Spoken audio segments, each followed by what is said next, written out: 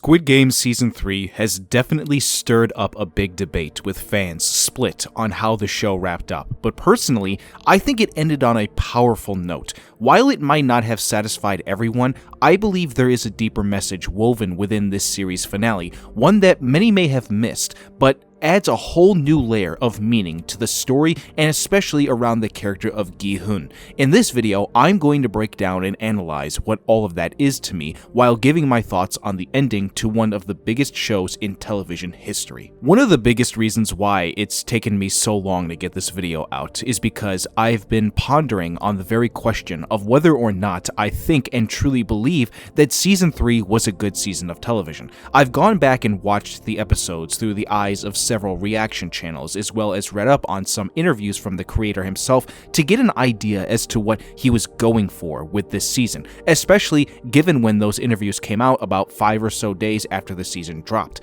After thoughtful consideration, I'm still leaning on what I thought when I finished the final episode, in that I do think this was a good season of television. Although, I can definitely get on board with the idea that people think that it is the weakest of the 3 seasons. I've seen many people say that they think this was a bad season of television, and the ending is the worst ending of anything they've ever seen. And I'm sorry, I honestly feel like a lot of those opinions are a bit exaggerated. People have a right to think that way, obviously, but I just do not see where people think that this is a really bad season of television. Again, I can definitely get on board with people saying it's the weakest of the 3 seasons, but I cannot get on board with people thinking that it's a bad season of television. I was thoroughly entertained throughout. I was still on board with the characters, and the narrative of which is played out by a lot of heavy themes, whether dark or sad. I think for me personally, 100%, this is a season that makes you think a lot more than the other 2. It makes you ponder about a lot of the questions that are brought forward from our characters, but also how the creator of Squid Game sees all the characters from his point of view, as well as the people who run the games, and how that factors into the very ending of the show in the last episode, teasing the expansion of Squid Game in America. It's a season of television that absolutely would benefit a lot from the deep dive and breakdown based YouTube channels out there who make those kinds of videos and look into these kinds of things, and in a way, that's kind of what I want this video to be, even if not as extensive as some of those other people with what they do. I think where I really started to see how this season had a kind of meaning to it was through the loss of many of our characters that we followed from Season 2. As we started losing them one by one, I started to realize that the unpredictability and natural death of some of these people was foreshadowed long in advance, but I was distracted by it because these past 2 seasons were much better when it came to character development. If I had to give credit to Season 2 and Season 3 in any category, it's absolutely character development. I believed in all these people, and I felt more for these people than any of the characters that I followed in Season 1, besides Gi-young and Seo-byuk, the girl who was a part of the last 3 that included Gi-young and his other friend that he fought to win. Aside from the fact that the battle royale nature of these games, for a lack of a better term to use here, didn't allow for you to see these characters go on and live, it's also an aspect of evolution when you look at our main guy when he's trying his best to survive and get as many people to survive that he cares about who are left.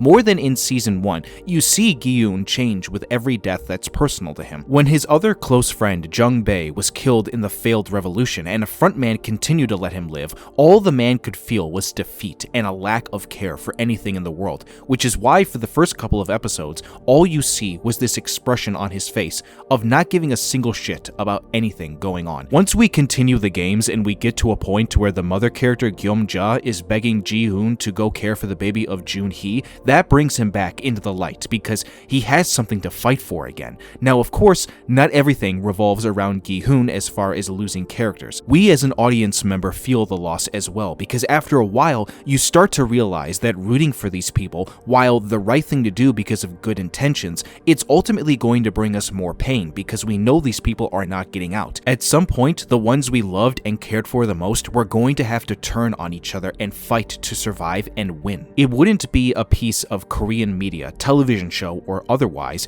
if it didn't include other big themes and aspect of commentary in it. With Squid Game in particular, the creator himself has openly talked about this for years, dating back to the first season when it came out. His show was a commentary on the worst parts of capitalism and how it treats people who put themselves ourselves in the situations that we find with a lot of the contestants in these games. Almost every person who plays in the game is suffering from a lot of debt that they accrued and need to pay off. This aspect of life is essentially what he's making a critique of with regards to the social and economic inequalities that it brings, particularly within how society treats people because of the very poor aspects of capitalism. At the same time, I brought this up when I made my video on Season 2. I think it is also a commentary on how some of these people act towards others because of their greedy nature to only ever think of money and how it will benefit them. It will turn them into something worse than what a lot of people want to see, and that's how you get some of these contestants in the game, especially those who survived as long as they did.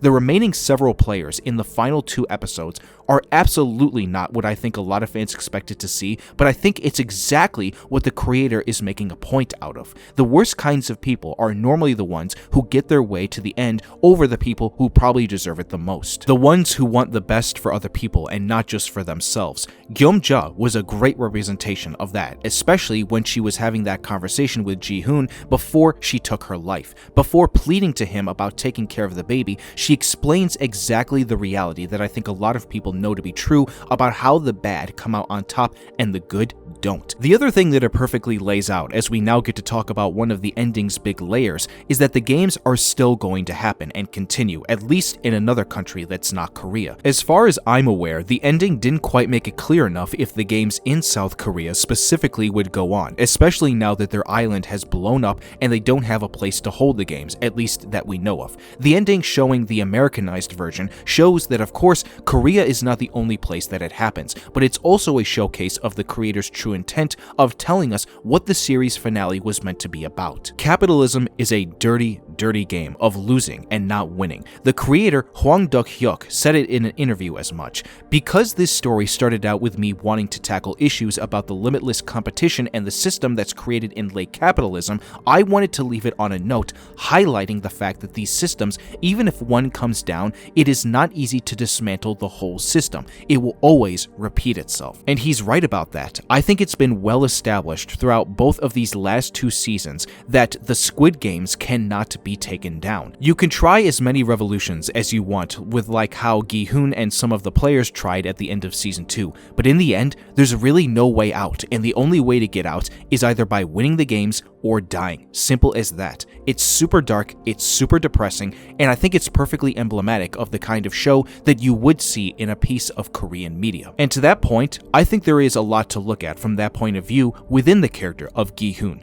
In the last 4 years since the show started, I think this character has become a big point of cultural appreciation, and a character that people can look into to see so many different kinds of themes and aspects of life from the point of view of just being a good human being. So when we ask the question of what he represents as a character, I think he does represent exactly what most people would want to be when they are in the situation that is the Squid Game. A system that takes advantage of the kinds of people who should not be able to face it at all in the first place, but puts them in there because they have no other choice. He wants to save as many people as possible who suffered the same fate that he did in Season 1, while taking down that system before it affects many others. He might have to make some sacrifices along the way. He might be faced with the tough decision of killing people to meet his end goal, or in the case of the very final game, where it was between him and the baby, he had to think of the only decision that would affect who he represents. Many times throughout the show, many characters have made it very clear to us, the audience, that he is not the kind of person who would just kill for the sake of killing.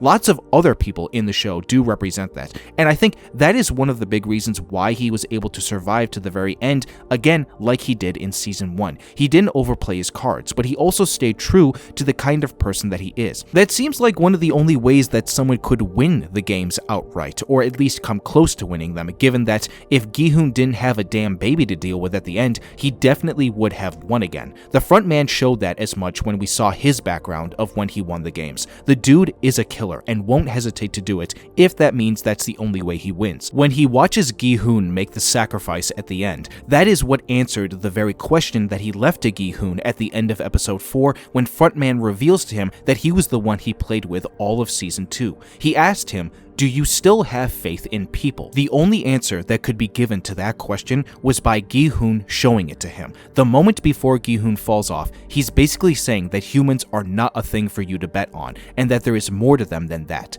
They can be something more than what is thought of originally. Gi-hun is a very complicated character that we have spent 3 seasons of television with, seeing him at the beginning when he was down in the dumps, not really being the best kind of person to him or his family, for him to take a full 360 and turn himself around in the final 2 seasons to show that he is truly something more than where we saw him at first. Now let me get back to talking about the ending, because there is something more for me to say about this than what I've already mentioned. After the games concluded, the frontman pays a visit to Los Angeles to meet the daughter of Gi-hun. He gives her a gift of all the money that he left behind before he went back into the games, including his jumpsuit that he wore. Once he leaves and heads downtown, he looks into an alleyway to see 2 people playing the paper tile game. The camera pans up to show us Cate Blanchett, of all people, as a recruiter playing with another guy trying to get him into the Squid Games. She looks over to see Frontman looking at them, and she smiles back at Frontman, basically kind of giving a look of recognition as far as them knowing who each other are and their roles in the Squid Games. I'm not saying that it was an immediate realization for Cate Blanchett's character of her realizing that that is the frontman, but it definitely seems like they knew who each other were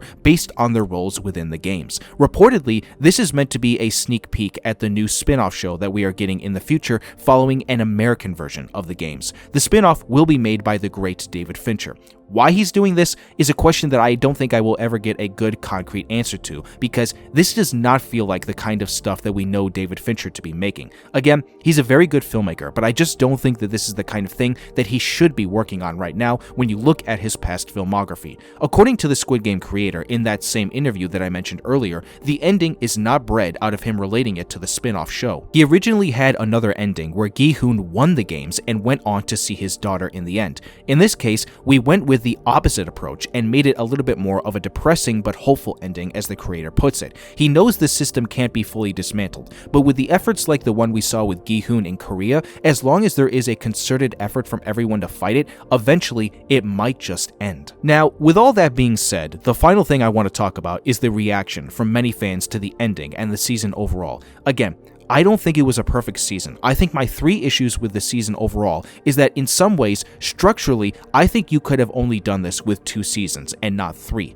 All they had to do was just extend season 2 out multiple more episodes and trim some fat out from it. Other than that, yes, the detective storyline is definitely weak. That aspect of this show is a bit warranted for the responses as far as how long it actually took for something to happen there. With that storyline, it felt like the show was spinning on its wheels to do something, but it never committed to it. I think there was an opportunity to explore the background between the 2 brothers, to get an idea of their past life before they went away from each other, and the detective has to watch his brother be the headman of these really terrible games. The VIP characters were also another point of contention, and again, I don't entirely disagree with people when they say that these people are a bit wasted and don't do much. Their dialogue for the most part was very cartoonish and dubbed in the worst way possible by the actual actors who voiced them. It gave me a few chuckles what they said, but yeah, overall they didn't do much for the plot other than be an aspect to the Squid Game lore that would also have felt a bit weird if they just weren't brought into these games at all in season 2. Some people also think the story of number 11, the girl working in the games, was unnecessary, but I disagree with that one. I actually did like that story, even if at times it did feel like the show was forgetting about it, but I felt like we got just enough for us to understand her motivations and her point of view. Her ending with taking care of player 246 to get him back to his daughter, and then his daughter making a recovery from her sickness, is very heartwarming, and I think the only happy ending of the show, ironically enough, given that the main ending was not happy. But where I do find my annoyance is with many people who seemingly have a disdain for the show now all of the sudden that it's over. There is this thing that we do nowadays when we consume entertainment media where if even just one thing is off about a movie, television show, video game, or otherwise, we immediately use that to describe the rest of it all as bad or disappointing. Why we as a society have stooped to that low all of a sudden is still a mystery to me, and I feel like this final season got that treatment. I'm not saying it is unacceptable for people to give this season any level of criticism, because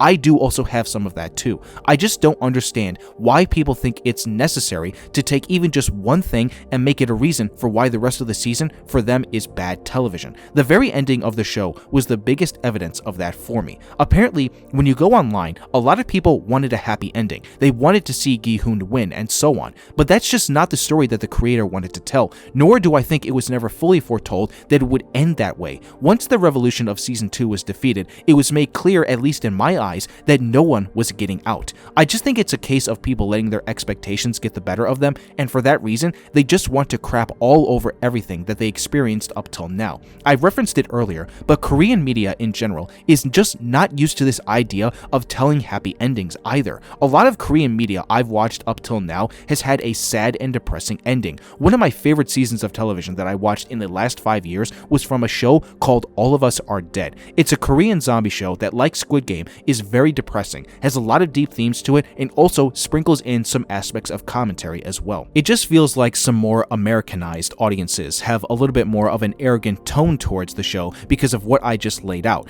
It's like how you see a lot of people say that they don't want to watch these shows with the subtitles. They would rather watch it in the dubbed version, which in my opinion is far worse. Again, this is just something that I personally see online and something that I feel didn't need a discussion, because I just wish people would stop doing this with anything they watch nowadays. It's one of the big reasons why I wanted to come on here and make a video about how I believe there was a much deeper tone and story being told, and it was trying to say a lot of things that people just didn't catch on to originally. And there you have it. That's my commentary and analysis of the final season for Squid Game. It really does feel like yesterday that this show started, and I'm glad that I was able to jump on it from the start. Again, apologies for this video taking as long as it did to make, but I wanted to make sure that I had enough information on me to make a good enough video. What do you all think of my commentary, and what was your favorite part of the final season, and where do you rank all 3 seasons? Leave your comments down below. Thank you all for stopping by my channel. If you enjoyed this video, hit the like button and subscribe if you are new here, and turn on that notification bell.